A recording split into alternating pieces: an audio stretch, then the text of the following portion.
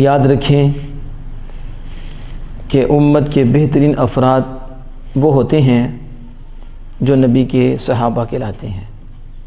امت کے بہترین افراد وہ ہوتے ہیں جو نبی کے صحابہ کہلاتے ہیں، جن کی نظروں کے سامنے نبی پر وحی اترتی ہے،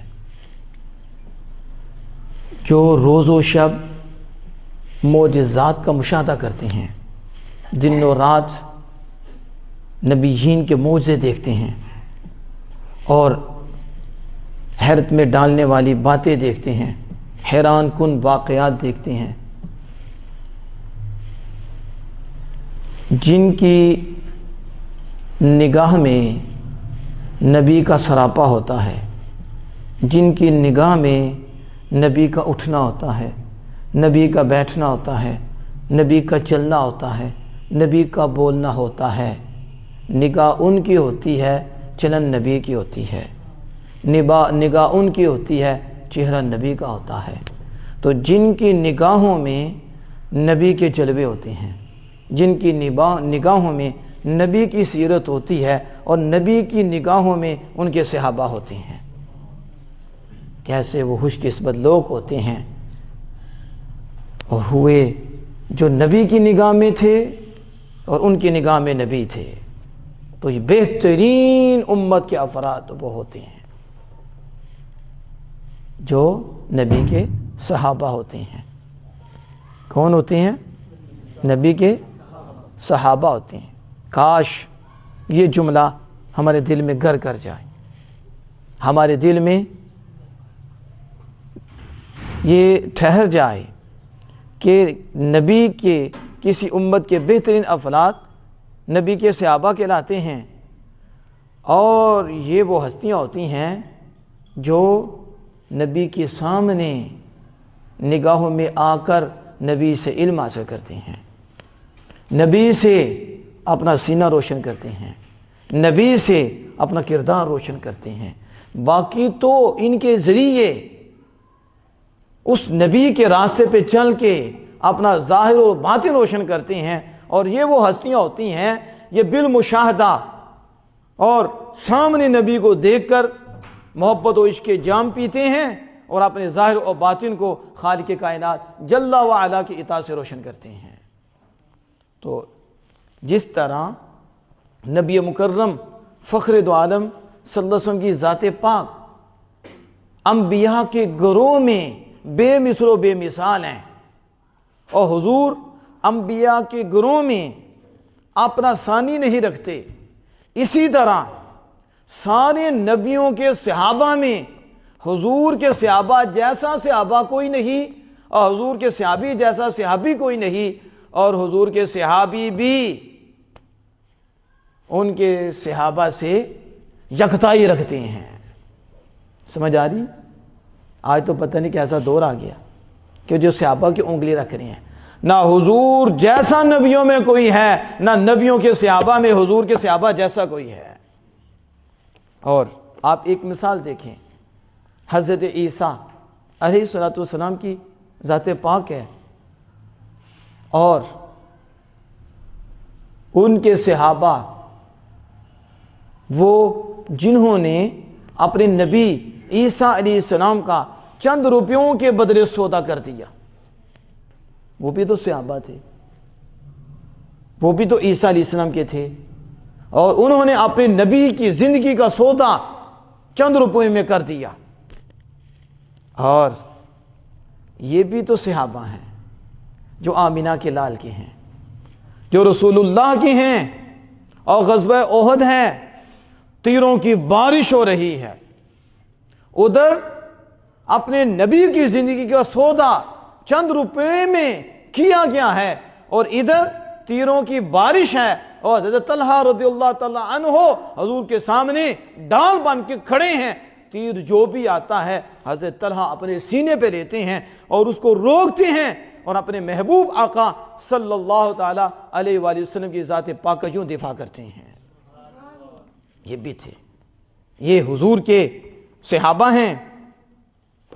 اور دیکھیں، جب کفار تلواریں ننگی لے کر رسول اکرم صلی اللہ تعالی وسلم کے مبارک گھر کا محاصرہ کیے ہوئے تھے کہ حضور سید عالم صلی اللہ علیہ وسلم باہر تشریف لائیں اور ہم آقا دو جہاں صلی اللہ علیہ وسلم کو نعوذ باللہ من ذالک شہید کر دیں، ہم آپ کو قتل کر دیں۔ یہ ناپاک ارادہ لے کر کاشانہ نبوت صلی اللہ تعالیٰ علیہ وسلم کو انہوں نے گھیر رکھا تھا، اور اللہ جل وعلا کے حکم سے نبی کرم صلی اللہ علیہ وسلم وہاں سے ہجرت فرمائی، اور حضرت علی شیر خدا کرم اللہ تعالیٰ واجہہ الکریم کو اپنے بستر پہ لیٹنے کا فرمایا، اور فرمایا کہ یہ امانتیں واپس کر کے آ جانا۔ تو حضرت علی شیر خدا کرم اللہ وجہ کریم حضور کے صحابی ہیں، وہاں روپیوں پہ نبی کا سودا کیا جا رہا ہے، اور یہاں نبی پہ اپنی جان کی بازی لگانے کا سودا کیا جا رہا ہے، اور شیر خدا اس موت کے بستر پہ لیٹنے پہ آمادہ ہو گئے ہیں اور اس پہ تیار ہو گئے ہیں، اور دوسری طرف دیکھو سانپ برابر کا ڈس رہا ہے اور بار بار ڈس رہا ہے، زندگی جا رہی ہے، اور سیدنا صدیق اکبر رضی اللہ عنہ کی گود ہے، وہ اوپر سے سانپ ڈاس رہا ہے، جان جا رہی ہے، لیکن وہ جان کے جانے پہ آقا دو جہاں صلی اللہ علیہ وسلم کی محبت کو ترجیح نہیں دے رہے، جان کو ترجیح نہیں دے رہے، بلکہ جان جہاں کو ترجیح دے رہے ہیں۔ جان تو چلی جائے لیکن میرے محبوب آقا کی نیند میں خلل نہ آئے، اور سیدنا صدیق اکبر اپنی جان کی بازی لگا دیتے ہیں، لیکن آقا دو جہاں صلی اللہ تعالیٰ علیہ وآلہ وسلم کی نیند میں خلل نہیں آنے دیتے۔ یہ وہ صحابہ ہیں کہ جن کے متعلق میرے آقا دو جہاں صلی اللہ علیہ وسلم فرمایا، ان میں سے جس کے پیچھے چلو گے راہ پا جاؤ گے، یہ ہر ایک تمہارا پیشوا ہے، ہر ایک تمہارا امام ہے، ہر ایک تمہارا مقتدا ہے۔ ہم نے ہر ایک کو کلیئر کر دیا ہے، ان کی مثال تمہیں پہلے نبیوں کے صحابہ میں بھی نہیں ملے گی، نہ ان کی مثال ان کے بعد کسی میں ملے گی۔ یہ وہ چمکتے ستارے ہیں جو آقا دو جہاں صلی اللہ علیہ وسلم نے روشن فرمائے ہیں۔ یہ صحابہ ہیں، صحابہ کرام رضوان اللہ تعالیٰ علیہم اجمعین میں جان نثاری کا جذبہ کوٹ کوٹ کے بھرا ہوا تھا کہ وہ حضور پہ اپنی جان نچھاور کریں، حضور صلی اللہ علیہ وسلم پہ اپنی جان قربان کریں۔ وہ ایسی ہستیاں تھیں، وہ تو رسول اکرم صلی اللہ علیہ وسلم کے وضو کا پانی نیچے نہیں آنے دیتے تھے، اور آقا دو جہاں صلی اللہ علیہ وسلم کے سینہ مبارک سے نکلا ہوا جسے ہم کھنگار بول دیتے ہیں، اپنی زبان میں ہم سید عالم صلی اللہ علیہ وسلم کی طرف تو وہ لفظ بھی نہیں بول سکتے، نخامہ کا تو ہم کہتے ہیں رحمت کی جھاگ، تو جب وہ باہر آتی تو صحابہ اسے بھی لے کر اپنے چہروں پہ مل لیتے، اپنے سینوں پہ مل لیتے، کلی کا پانی مبارک اپنے چہروں پہ ملتے، سینوں پہ ملتے، جس سے نہ ملتا وہ ان سے ٹچ کر کے اپنے آپ کو ملتا۔ ان کی عقیدت یہ تھی، ان کے ہاں مقام مصطفیٰ کیا تھا، ان کے ہاں عظمت مصطفیٰ کیا تھی، جن کے ہاں وضو کے پانی کلی کا یہ مقام تھا، جن کے ہاں ناک مبارک سے نکلی ہوئے اس پانی کا یہ مقام تھا، جن کے ہاں بلغم جن کے ہاں سینے سے نکلی ہوئے اس کھنکار کو جسے رحمت کی جاگ کہنے ہیں، اس کو سینے سے ملنا، اس کا یہ مقام تھا۔ بتاؤ ان کے ہاں حضور کی ذات کا کیا مقام ہوگا، حضور کی شان کی کیا، حضور کی ذات کی عظمت کیا ہوگی، حضور کا مرتبہ کیا ہوگا، جن کے ہاں تو تلووں سے لگا ہوا پانی بھی چہرے کا سہرا بنتا ہے، سر کا سہرا بنتا ہے، اور چہرے کی تابنائی کا ذریعہ بنتا ہے، آب حیات بنتا ہے۔ اعلیٰ حضرت عظیم مرتبت کہتے ہیں کہ جس کے تلووں کا دوون ہے آب حیات، جس کے تلووں کا دوون ہے آب حیات، ہے وہ جانے مسیحا ہمارا نبی، کہ جن کے تلووں سے اترا ہوا پانی یہ تو دائمی زندگی بخش دیتا ہے، مرنے کے بعد بھی بندہ مرتا نہیں ہے، اسے وہ دولت ملتی ہے کہ ہر گھڑی رب کے حضور جھکا رہتا ہے۔ عیسیٰ علیہ السلام ہاتھ لگاتے ہیں تو مردہ زندہ ہو جاتا ہے، فرمایا تلووں سے لگا ہوا پانی یہ تو مسیحا عیسیٰ علیہ السلام کی بھی جان ہے، جس کے تلووں کا دوون ہے آب حیات، ہے وہ جانے مسیحا ہمارا نبی، سب سے اولا و اعلیٰ ہمارا نبی۔ الغرض صحابہ کی زندگی پڑھو تو صحابہ کرام رضوان اللہ تعالیٰ علیہم اجمعین کے خون کے قطرے قطرے میں حضور پہ جان نثاری کا جذبہ موجود تھا، کہ بس ان کی جو سوچ تھی، ان کی جو فکر تھی اور ان کی جو خواہش تھی وہ کیا تھی، بس حضور پہ قربانی دے دی جائے اور آقا راضی ہو جائیں۔ حضور ایک مرتبہ ہماری طرف توجہ فرما دیں، حضور ایک مرتبہ التفات فرما دیں۔ اس التفات، اس نظر کو حاصل کرنے کے لیے اور حضور کی نظر شفقت کو حاصل کرنے کے لیے، حضور کی رضا حاصل کرنے کے لیے وہ ہر گھڑی ہر لمحہ تیار رہتے تھے، اور پھر جان نثاری کا جذبہ رکھتے تھے، اور صرف رکھتے ہی نہیں تھے بلکہ جانیں قربان کرتے بھی رہے۔ صحابہ کرام رضوان اللہ تعالی علیہم اجمعین کی یہ صورت تھی، لیکن یہ تو سارے صحابہ میں جذبہ جانثاری پایا جاتا تھا۔ ان میں ایک ہستی جن کو سیدنا صدیق اکبر کہتے ہیں رضی اللہ تعالی عنہ، ان کو جب دیکھا جائے تو صحابہ کرام رضوان اللہ تعالی اجمعین میں ان جیسی کوئی مثال نظر نہیں آتی۔ ان صحابہ جو چمکتے ہوئے ستارے ہیں، ان میں اگر دیکھا جائے تو پھر سیدنا صدیق اکبر رضی اللہ تعالی عنہ جیسی مثال نہیں ملتی۔ اور تاریخ محبت میں جو آپ نے اپنی محبت کی تاریخ لکھوائی ہے وہ کہیں نظر نہیں آئے گی، وہ کہیں نہیں ملے گی کہ سیدنا صدیق اکبر رضی اللہ تعالی عنہ کی زندگی کو آپ دیکھیں تو آپ کو کیا نظر آئے گا کہ آپ کی زندگی کا کتاب، زندگی کی کتاب کا عنوان خدا کا رسول بس۔ آپ کی کتاب زندگی کا عنوان یہی آپ کو ملے گا، صدیق کے لیے خدا کا رسول بس۔ اور ساری زندگی آپ کی اور ساری زندگی کا کردار آپ کا اسی عنوان کے تحت گمتا ہوا نظر آتا ہے کہ صدیق کے لیے خدا کا رسول بس یہی ہے۔ اس میں آپ دیکھیں حضرت ابوبکر صدیق رضی اللہ تعالی عنہ کی عظمت ان کی سیرت میں سے اور ان کی شخصیت کا شکوہ رسول اللہ کی رفاقت میں دکھائی دیتا ہے۔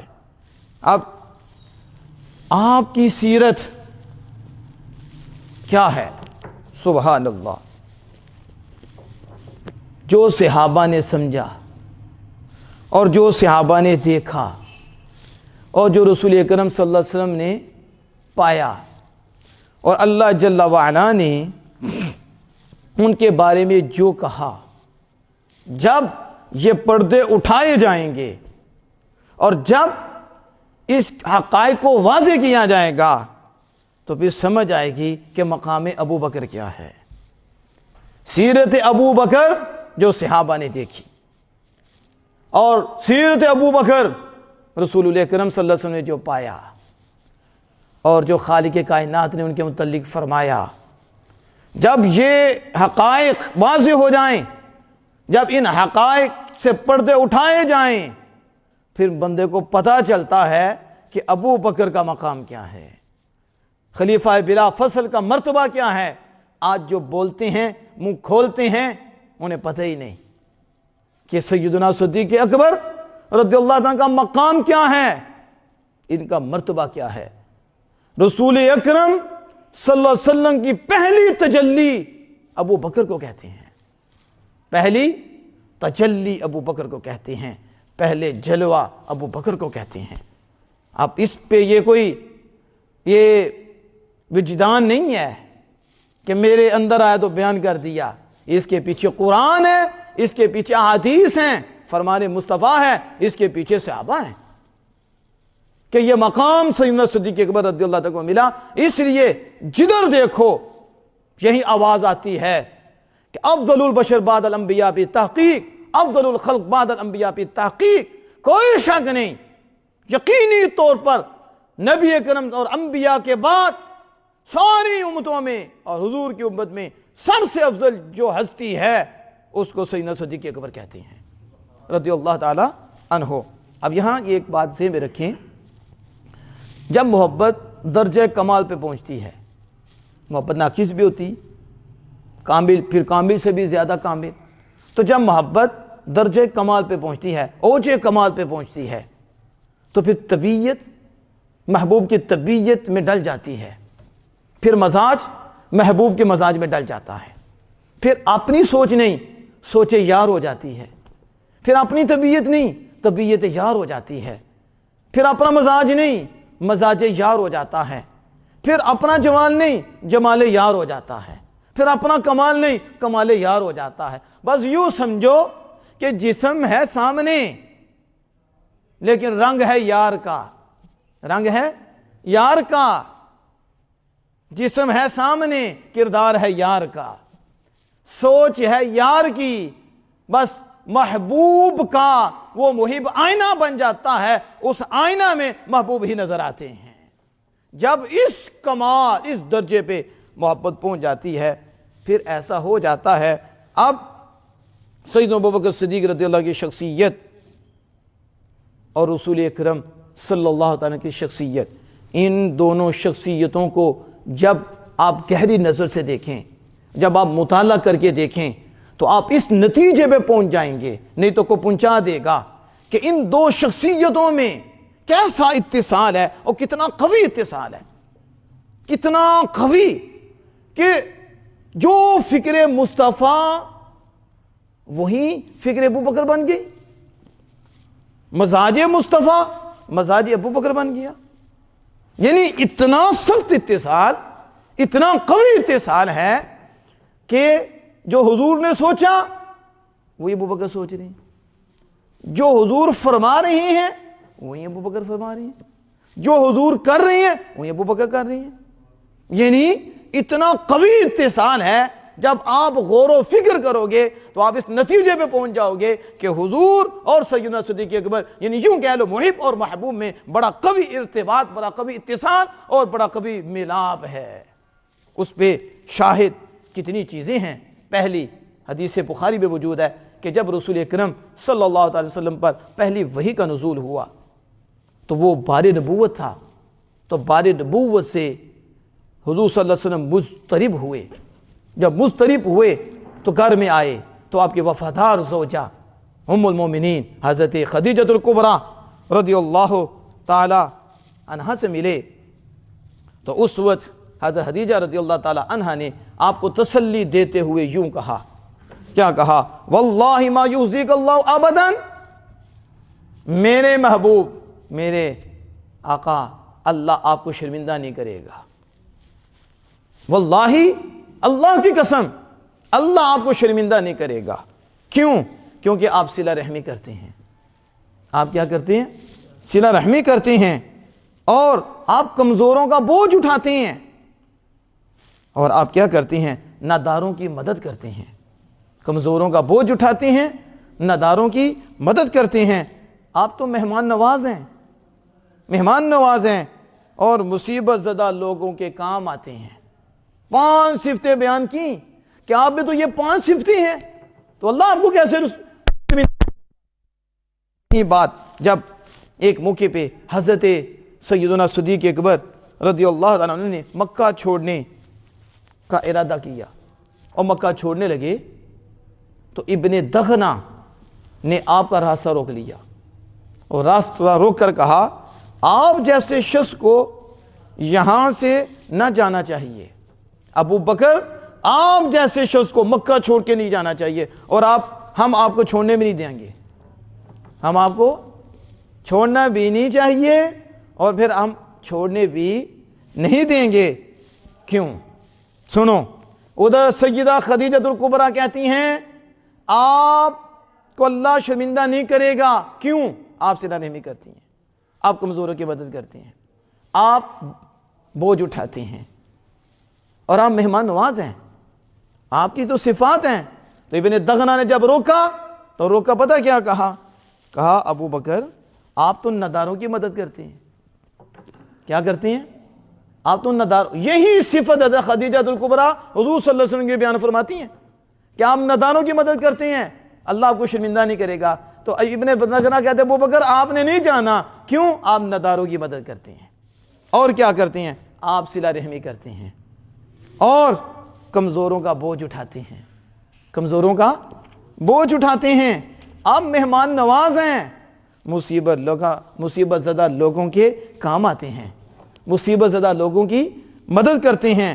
یہ 5 صفات حضرت خدیجہ الکبریٰ رضی اللہ تعالی عنہا نے حضور کے لیے بیان فرمائی، اور یہی 5 صفات ہیں ابن دغنہ نے سیدنا صدیق اکبر رضی اللہ تعالیٰ عنہ کے لیے بیان فرمائی۔ سمجھ آ رہی ہے کہ نہیں؟ مزاج مصطفیٰ میں ڈل جاتا ہے۔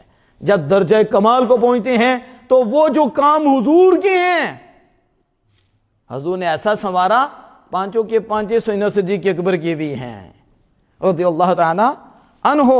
اب یہاں دیکھیں صلح حدیبیہ کے موقع پر جب رسول اکرم صلی اللہ علیہ وسلم نے مد مقابل کافروں کی شرائط قبول کر لی اور اس پہ معاہدہ کر لیا، ظاہراً وہ جو شرائط تھیں سخت تھیں اور صبر آزمات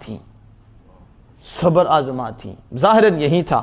تو حضرت ابو بکر، حضرت عمر فاروق رضی اللہ تعالیٰ عنہ مضطرب تھے، بے چین تھے، رسول اکرم صلی اللہ علیہ وسلم کی بارگاہ میں حاضر ہوئے، عرض کی حاضر ہو کر کہ یا رسول اللہ صلی اللہ علیہ وسلم، کیا آپ نبی برحق نہیں ہیں؟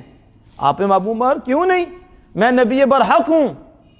پھر آپ نے کہا کیا ہم حق پر نہیں ہیں اور دشمن باطل پر نہیں ہیں؟ آپ میں کیوں نہیں؟ تو اس کے بعد سیدنا فاروق اعظم رضی اللہ تعالیٰ عنہ نے کہا پھر ہم دب کر شرطیں کیوں مانیں؟ دب کر ہم نے شرطیں کیوں مان لی؟ تو فرمایا عمر، میں اللہ کا رسول ہوں، میں اللہ کی نافرمانی نہیں کرتا، میں اللہ کی نافرمانی نہیں کرتا، وہ رب میری مدد فرمائے گا۔ یہ جب بات کی، عرض کیا کیا آپ نے نہیں فرمایا تھا کہ ہم کعبہ کا طواف کریں گے؟ میں ہاں کیوں نہیں، میں نے فرمایا تھا، لیکن میں نے یہ تو نہیں کہا کہ اس سال کریں گے، میں نے یہ تو نہیں کہا کہ اس سال کریں گے، میں نے تو یہ کہا تھا کسی سال، اس کا کسی سال کریں گے، طواف کریں گے، لیکن یہ تو نہیں کہا اس سال کہیں گے۔ تو پھر کہا کہ میری خبر سچی ہے، میری خبر، میں نے کہا طواف کریں گے تو کریں گے، لیکن اس سال کا نہیں کہا، کسی نہ کسی سال بیت اللہ کا طواف کریں گے۔ یہ بخاری شریف میں موجود ہے۔ بس حضرت عمر فاروق رضی اللہ تعالی عنہ کے ذہن میں اس کے بعد بھی بے چینی رہی، تو وہ حضرت سیدنا صدیق اکبر رضی اللہ تعالیٰ کے بارگاہ میں حاضر ہوئے اور حاضر ہو کر کہا ابو بکر، کیا نبی اکرم صلی اللہ علیہ وسلم اللہ کے سچے نبی نہیں ہیں؟ وہی سوال جو رسول اللہ سے کیا۔ تو حضرت سیدنا صدیق اکبر رضی اللہ کا جواب سنیں، آپ نے کہا کیوں نہیں، آپ تو اللہ کے نبی ہیں، سچے نبی ہیں۔ تو کہا بتائیں ہم حق پر نہیں ہیں اور دشمن باطل پر نہیں ہے؟ کہا کیوں نہیں، ہم حق پر ہیں۔ وہی جواب جو رسول اللہ نے دیا، کہا ہاں ہم حق پر ہیں۔ تو کہا پھر ہم دب کر شرطیں کیوں مانیں اور دب کر شرطیں کیوں ماننی ہیں؟ تو حضرت ابو صدیق نے وہی جواب دیا کہ وہ اللہ کے سچے نبی ہیں، وہ اللہ کی نافرمانی نہیں کرتے، اللہ ان کی مدد فرمائے گا، اللہ ان کی۔ انہوں نے کہا کیا آپ صلی اللہ علیہ وسلم نے نہیں فرمایا تھا کہ ہم بیت اللہ کا طواف کریں گے؟ تو حضرت ابو صدیق رضی اللہ عنہ ہاں کیوں نہیں، فرمایا تھا، اور حضور کی خبر سچی ہے۔